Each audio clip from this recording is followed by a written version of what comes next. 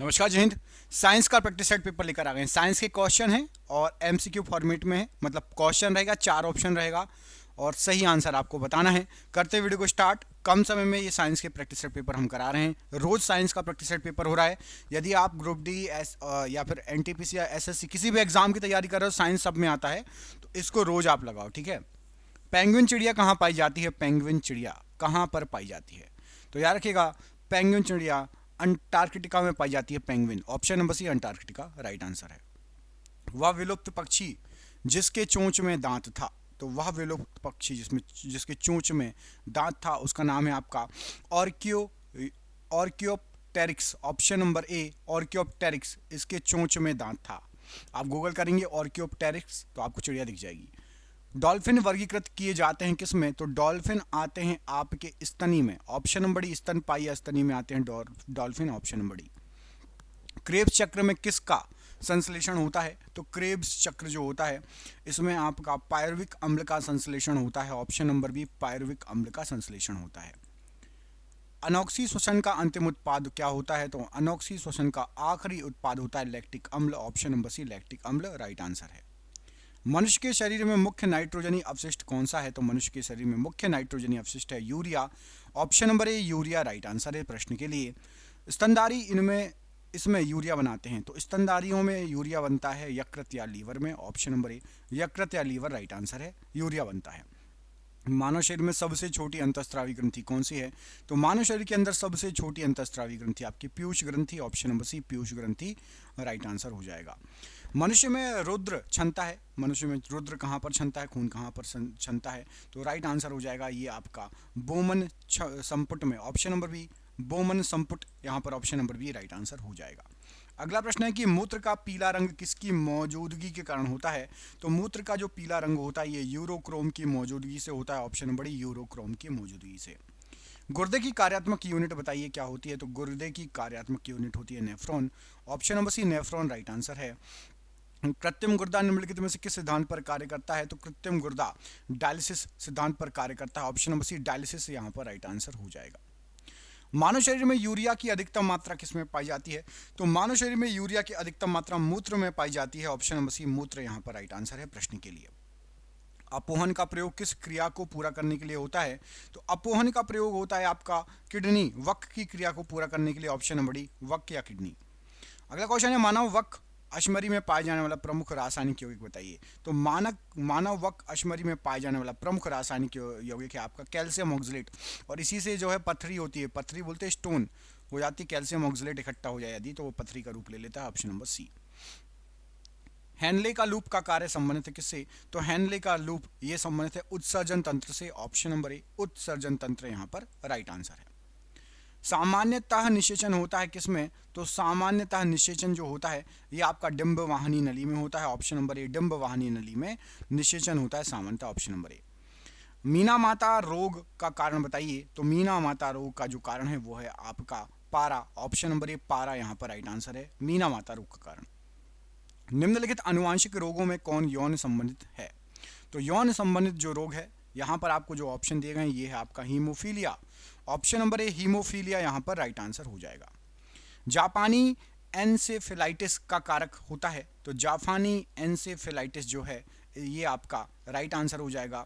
विषाणु इसका कारण होता है, विषाणु से फैलता है। ऑप्शन नंबर बी विषाणु राइट आंसर है।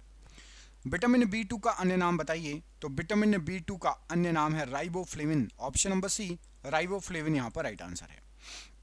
एक कठोर परिश्रम करने वाले पुरुष को दैनिक ऊर्जा की आवश्यकता कितनी कैलोरी होती है? तो एक कठोर परिश्रम करने वाले को दैनिक ऊर्जा की आवश्यकता जो होती है वो होती है आपकी 4000 kilo calorie. Option number C 4000 kilo calorie right answer है। निम्न में से कौन सा विटामिन पानी में घुलनशील है, पानी में घुल जाता है? तो यहाँ पर आपको जो ऑप्शन दिएगा उसमें से विटामिन बी पानी में घुल जाएगा। विटामिन बी और विटामिन सी ये पानी में घुलनशील विटामिन होते हैं। नवजात बच्चों के लिए सबसे आदर्श भोजन निम्नलिखित में से क्या है? तो नवजात बच्चों के लिए सबसे आदर्श भोजन है दूध। ऑप्शन नंबर डी दूध राइट आंसर है। बहु औषधि चिकित्सा एमडीटी किसके संक्रमण के लिए यूज होती है? तो एमडीटी ये आपके विषाणु एक second code, option number A code के संक्रमण के लिए यूज होती है। Option number A code. AIDS होता है किससे? तो एड्स होता है विषाणु से या वायरस से। ऑप्शन नंबर डी विषाणु या वायरस राइट आंसर है। निम्नलिखित में से कौन सा स्कर्वी रोग के इलाज में उपयोगी है?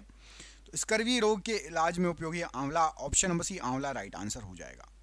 विटामिन ए की कमी के कारण कौन सा इनमें से कौन क्या होगा? तो विटामिन ए की कमी के कारण आपको नाइट ब्लाइंडनेस हो सकती है, option number C night blindness right answer है।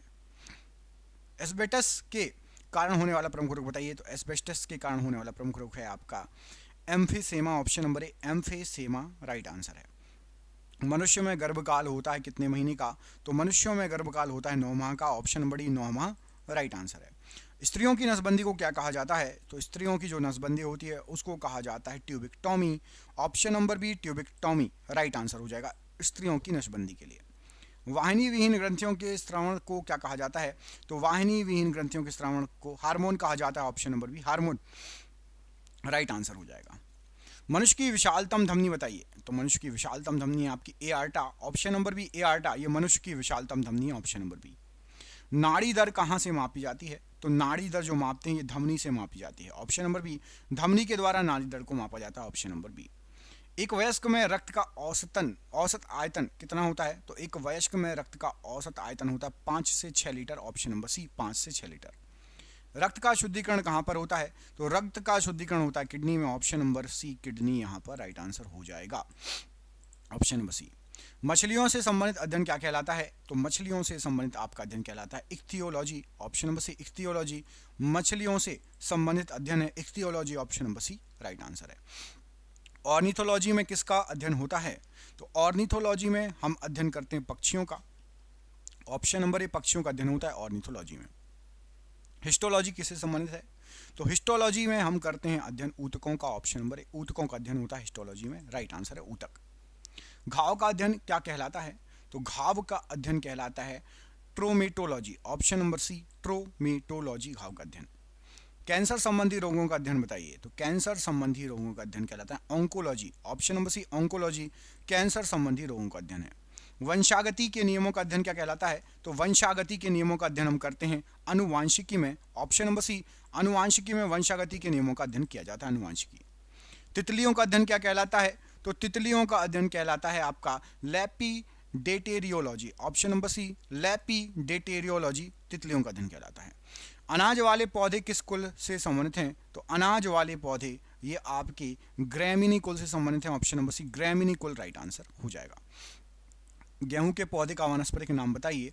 तो गेहूं के पौधे का वानस्पतिक नाम है आपका Triticum aestivum, option number D Triticum aestivum right answer है।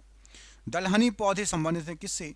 तो जो दलहनी पौधे होते हैं ये आपके लेग्यूमिनोसी कुल से संबंधित हैं, ऑप्शन नंबर सी लेग्यूमिनोसी कुल, option number C right answer है। सबसे बड़ा कुल इनमें से कौन सा है? तो सबसे बड़ा जो कुल है वो है आपका कंपोजिटी कुल, ऑप्शन नंबर डी कंपोजिटी कुल ये सबसे बड़ा कुल है। मूंगफली का वानस्पतिक नाम बताइए क्या होता है? तो मूंगफली का वानस्पतिक नाम है आपका एरिकिस हाइपोजिया, ऑप्शन नंबर सी एरिकिस हाइपोजिया ये मूंगफली का वनस्पतिक नाम है। चाय के पौधे का वनस्पतिक नाम बताइए। तो चाय के पौधे का वनस्पतिक नाम है आपका थियासाइनेंसिस, ऑप्शन नंबर सी थियासाइनेंसिस। मानव शरीर में जल की मात्रा होती है कितने प्रतिशत? तो मानव शरीर में 80%, 70 से 80% जल होता है, ऑप्शन नंबर डी। आपके लिए क्वेश्चन है कमेंट करके बताना कि मानव शरीर का तापक्रम लगभग कितना होता है, हमारे मनुष्य शरीर का तापक्रम कितना होता है। इस प्रश्न का आंसर आपको कमेंट बॉक्स में कमेंट करके बताना है। जिसको भी साइंस की पीडीएफ चाहिए नीचे दिए गए नंबर पर संपर्क कर लेना। हमने साइंस की पीडीएफ बनाई है, 3000 एमसीक्यू हैं प्लस एक आपको डिटेल्ड साइंस की ई बुक है, पीडीएफ मिलेगी, दोनों व्हाट्सएप पर मिलेगी, व्हाट्सएप पर दोनों पीडीएफ मिलेगी। जिसको भी चाहिए नीचे दिए गए नंबर पर संपर्क कर लेना। जय हिंद, जय भारत।